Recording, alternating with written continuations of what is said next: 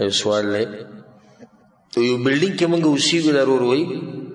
او په هغې کې کمرې د ټولو جدا جدا دي او خوراک څښاکونه جدا جدا دي د نصیحت باوجود دغه خلک لمونځونه نه کوي او که څوک یې کوي په خپله کمره کې کوي آیا دې دلته زه ګناهګارېږم نه ضرور نه ګناهګارېږي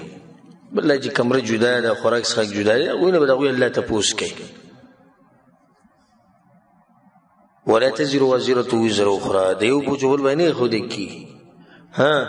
که دې ورور نصیحت نه کوله نو بیا په دې مسله کې راګېرېدو هغه چې زه نصیحت کوم چې دی ورته نصیحت کوي خپل نصیحت یې برقرار ساتي په حکمت او په ښه طریقې سره او هغو بیا لمونځونه نه کوي یا یې کوي په کور کې کوي په کمره کې کوي نو د هغوی نه به الله سبحانه وتعالی تپوس کوي او د دې ورور غاړه چې دی هغه ازادي شو الا دا چې د ده طاقت رسي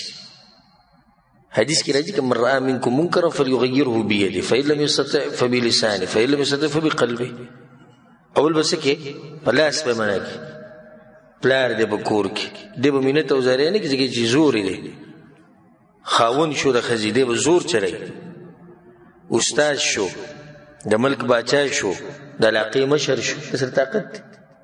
که دغه نه شي په ژبه به نصیحت کوي که دغه هم نه شي تا یو سړي ته چې موږ ته نصیحتونه مه کوو داسې په کوم شي بدبخته چې هغو پابندي په تا ولګوي ستا سره څه زور نه فبقلبه په زړه کې به دا کار بد ګڼي که دوی پرېښودی شي پرېښوده ضد نو اوس یو سړی د دیرې مشر دی د بلډینګ مشر دی او د ده زور چلیږي نو د دا نه چې بېلمازه پراته دي او دوی زه خیر د پراته دي و چاته څه ووایو نه وروره څوک چې مونځ اودس نه کوي هغه به زمونږ سره نه اوسېږي د هغه دلته ځای نشته زی خپل سامان دی ولې وزیری نه که هغه